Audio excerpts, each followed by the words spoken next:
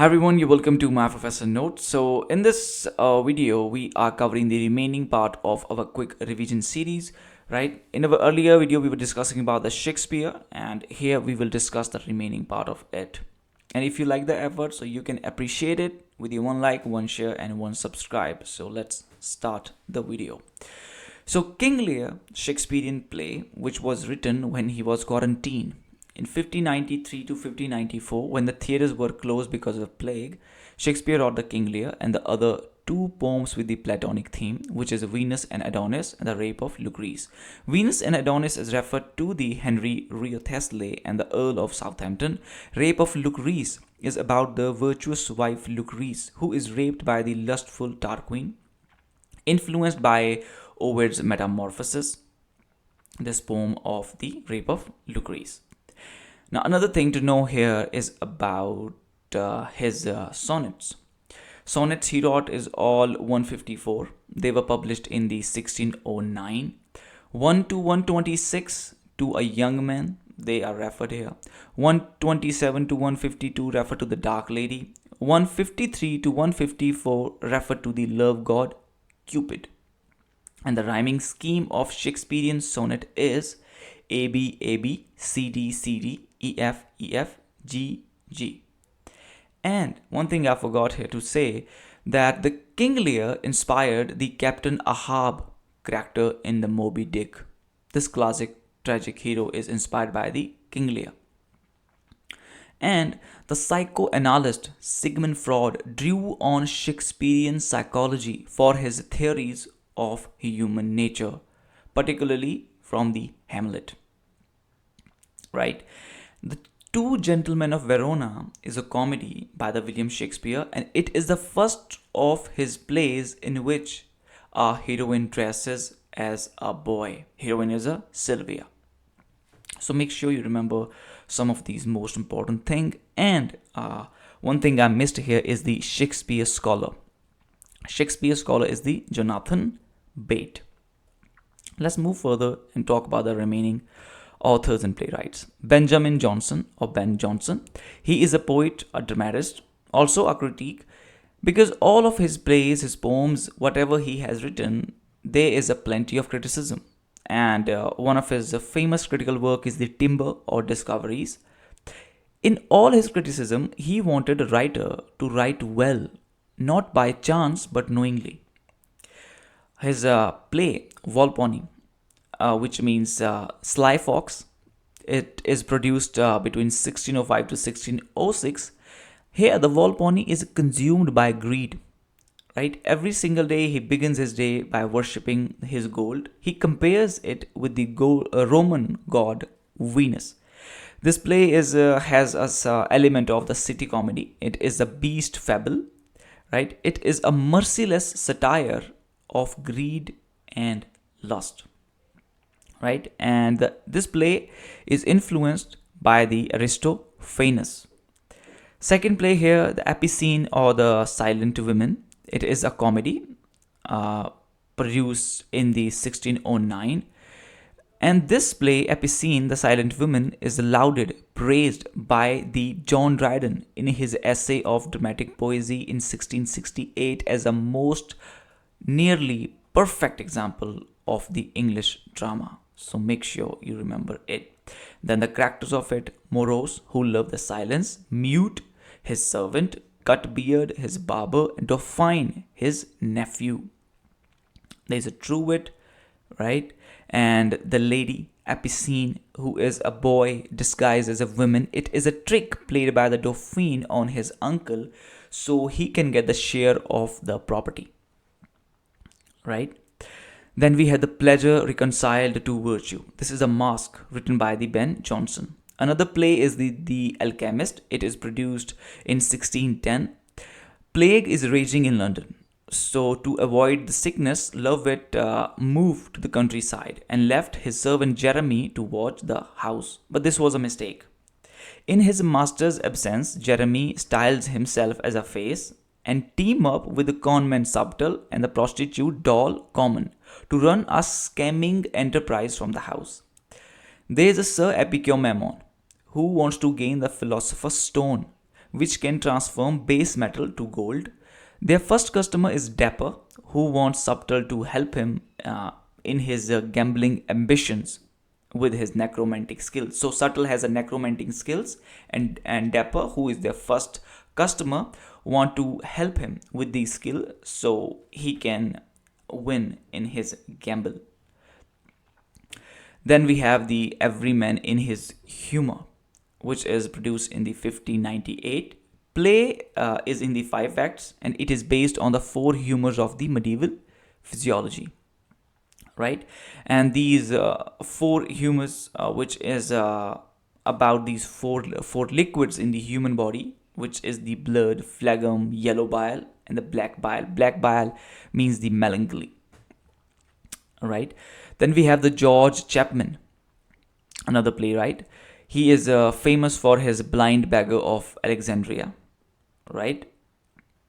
And then we have the Eastward Ho, which is written in the collaboration between the Ben Jonson, George Chapman, and the John Marston. This play is produced in the 1605, right? Here we have a character called Touchstone, and he has 2 apprentices, Quicksilver and Golding, right? So Quicksilver has no ambition, he is aimless. Then we have the Golding, who is ambitious and he's really hardworking. So all you have to remember is the play when it was published and the characters in it. Hero and Leander, the another play, the poem, which is the unfinished poem of the Christopher Marlowe, which is completed by the George Chapman, right?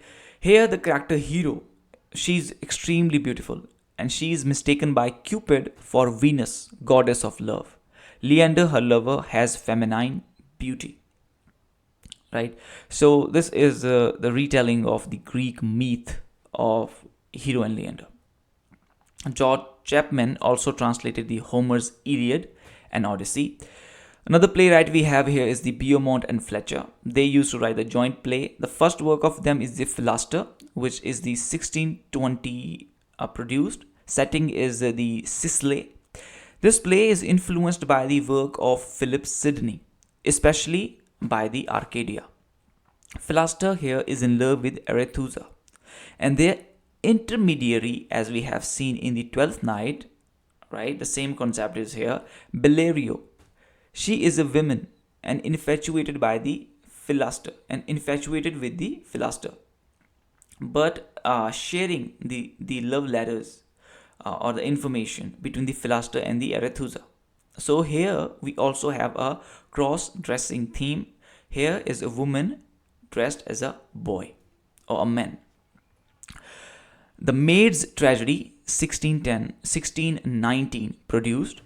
King Rhodes, ruthless king, want Amintor, who is the courtier of the Rhodes king, who is engaged to the Aspasia. Amintor is engaged to the Aspasia, but king wants him to marry Evadne, who is the sister of his army general Melentius, so he can sleep with her, right?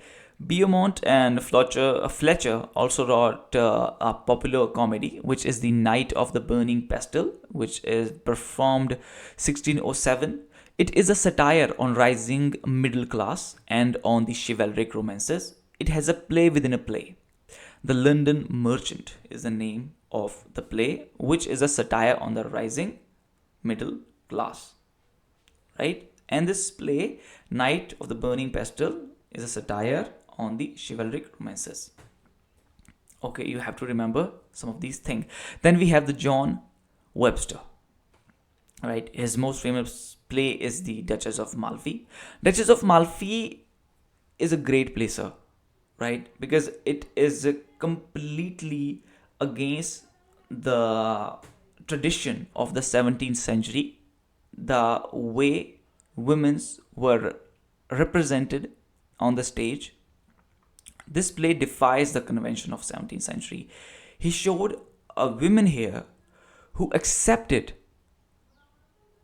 that it's natural to have a sexual appetite, and for that sake she want to be in a relationship with a man.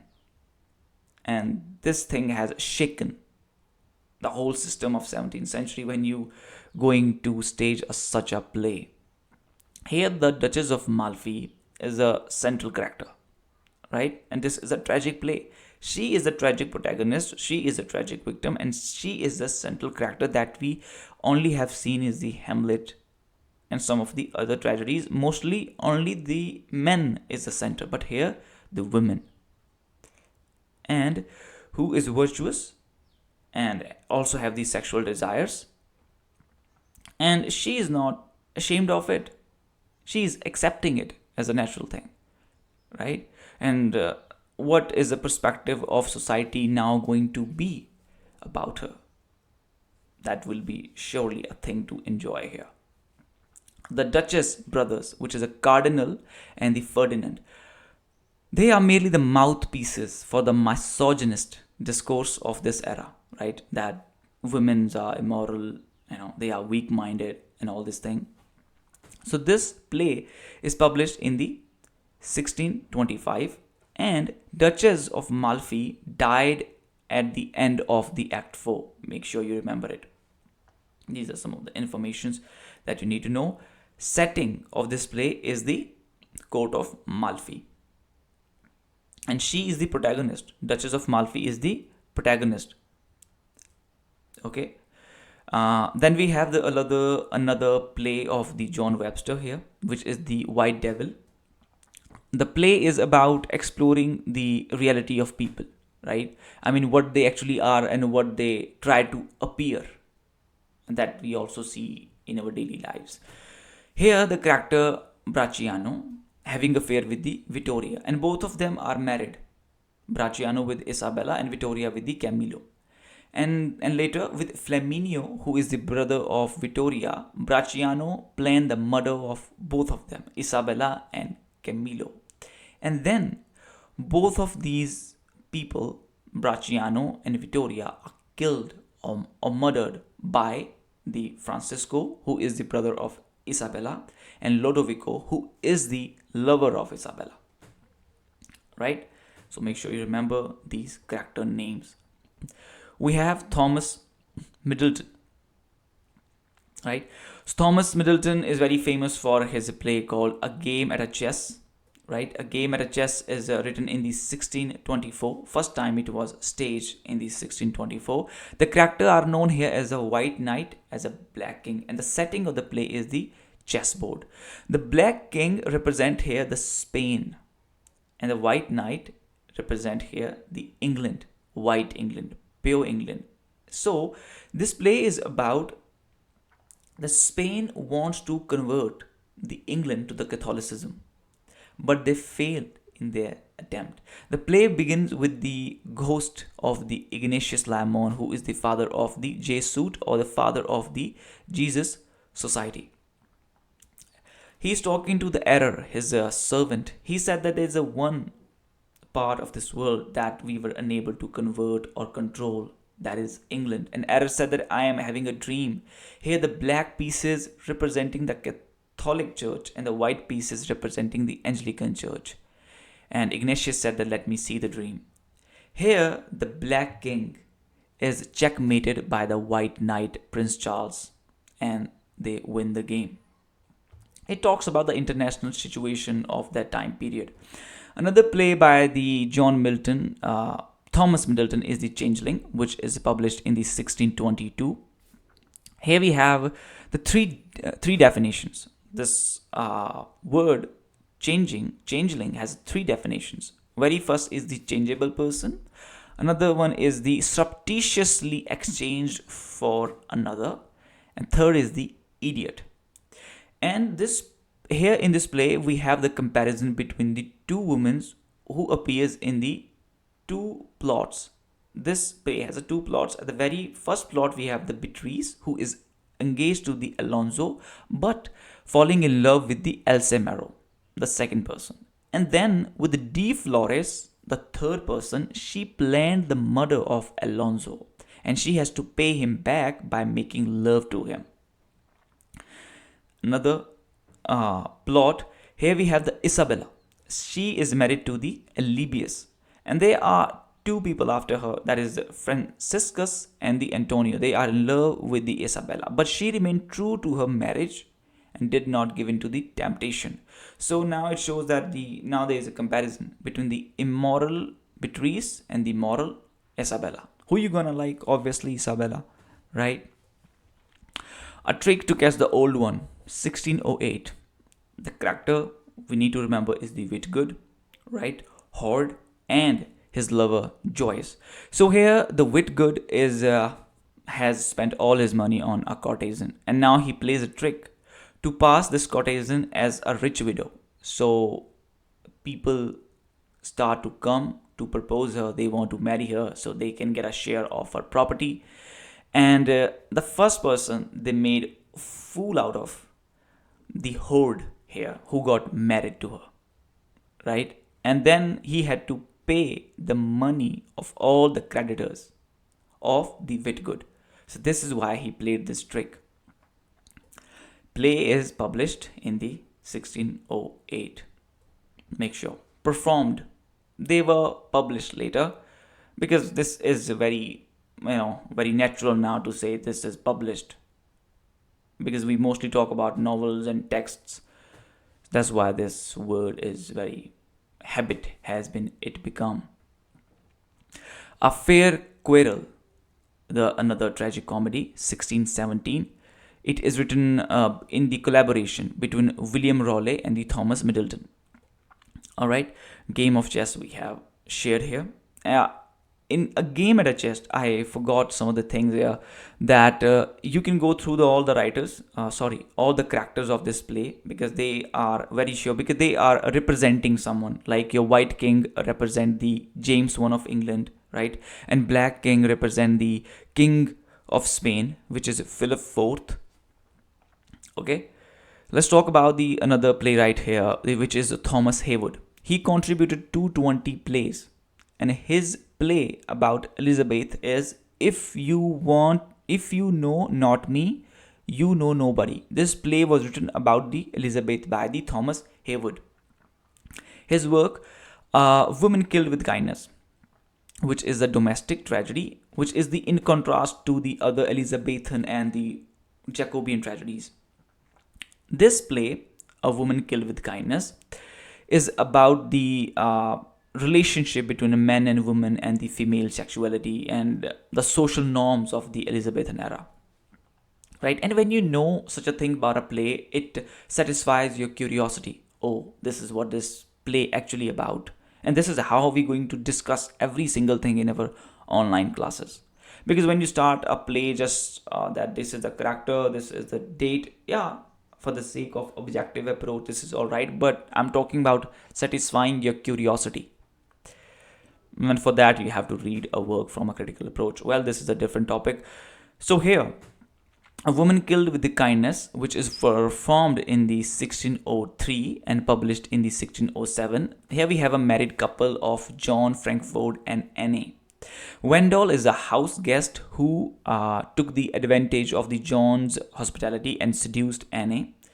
And then when he finds out, he decides to ostracize his wife and send her down on a self-destructive path of self-imposed punishment, which means self-destructive or self-imposed punishment means what? When you have the guilt, when you don't like living for the things you have done in the past. What she did with her husband, right? She was involved in an affair with another person. So there is a guilt about that, right? And now she want to do suicide. She don't want to live. And she died at the very end. Now this story, this is a one plot. This play also have the another plot where we have a Charles, and he has a lot of debt taken. Now the creditors after him, and now he wants his sister Susan to use her sexuality to get him out of his debt.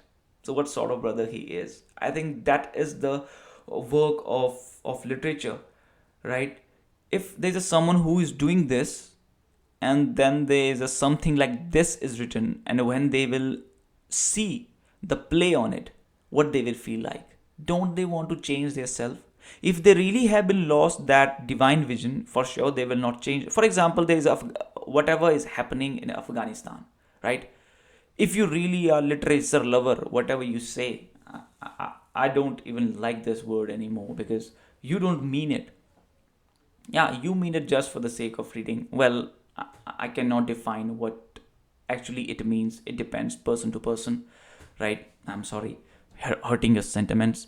Okay, I'm talking here that if, for example, there is Afghanistan, right? Whatever is happening over there, if someone will write a work on it, a play on it, and when it will be staged, and if any of these Talibani people will see it, it must have the ability to change their perspective, right? And I know it will be changed. A few percentages, but it will be changed for sure. And this is what the purpose, aim, objective in the work of literature, sir. The Fair Maid of the West, A Girl Worth Gold, 1631, another play by the Thomas Heywood. Name of the play is The Fair Maid of the West, and the subtitle is A Girl Worth Gold, published in the 1631. Thomas Dekker, another playwright, his famous play The Shoemaker's Holiday or The Gentleman Craft, 1600, performed. Here we have three plots. Very first is the interclass romance between a citizen of London and an aristocrat. The second one is about the ascension of the shoemaker seaman heir to the Lord Mayor of London. And the third is about the affair which is between the gentleman and the shoemaker's wife. Right? Here we have the King Henry, who plays a role here. And his role is to rectify all the play's complications. Whatever confusion there is now, he will make it clear for you. This is the work of King Henry, which the similar way as who explains the meaning of the every man at the end. This is the doctor, right? So similar role may be played here by the King Henry. He explains or make it clear all the complications. Old Fortunatus, right? This is a 1600 play. This play is about this person who is poor. He's wandering in a forest for 3 days. He's just feeding or eating nuts only. And then in front of him one day, the goddess Fortune appears. She has 6 gifts: wisdom, strength, health, beauty, long life, and wealth. And he chose wealth. Philip Messenger, another playwright. A New Way to Pay Old Debts, right? This is a comedy. 1626 it is performed. Play is about the debts which were taken by the King James and now will be paid by the new king. This play is set in the Nottinghamshire. The protagonist of the play is the Frank Wellborn, right? As his name says, Wellborn, he's rich, he's wealthy, but now he's penniless because he spent most of his money on drinking, gambling, and paying for prostitute. And he was encouraged to do this by the Sir Giles Overreach, very famous villain. Then we have another play, The Virgin Martyr, 1622, performed. Right? The play is about the Dorothea. She is presented as the epitome of beauty and chastity. Theophilus is a person who loved to torture Christian people who have a faith in Christianity. He tried to torture her as well, but her faith is so strong that he couldn't shaken her belief and faith in the God in Christianity. And then he sends his two daughter to convert her to paganism. But her faith is so strong and words are so persuasive that she converts his 2 daughters to Christianity. Then they were enraged. They tried to beat her up, but she was saved by the divine influence, right? They beheaded her. When they were beheading her, her servant Angelo appears front of her. She cannot be seen by another people. She is an angel disguised as a servant who is always there to protect her. She appears front of her when they were about to behead her. And she was beheaded. So make sure you remember some of these details which I am discussing over here. Then we have the Maids of Honor, another play by the Philip Messenger, 1632, published, performed, which is about the English society and the politics of the period. Then we have the John Ford.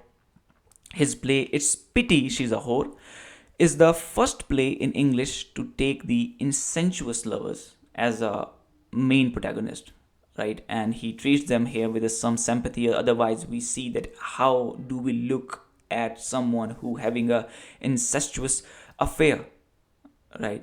How do we look at them? Not in a good way. So here the Giovanni is a character here. He is having an incestuous relationship with his sister Annabella. And this relationship is encouraged by the Putana, who is the whore here. As the name goes, It's Pity She's a Whore. This play is published in the 1633. I hope this series is helpful. It is helping you in revising your whole syllabus. This is what my effort is. And if you're liking it, right, so you can push me with your push of sporting, with your share, your like, and subscribe. A person feels happy when his work gets recognized, when you get some love. This is for sure. Or I can be the person ke nahi, mujhe fark nahi padta. I will just keep teaching you even though you will not appreciate the effort. Well, it's a true or lie. You have to decide it. Still in time, my professor note signing off. Very soon I will come with the second part of the quick revision series.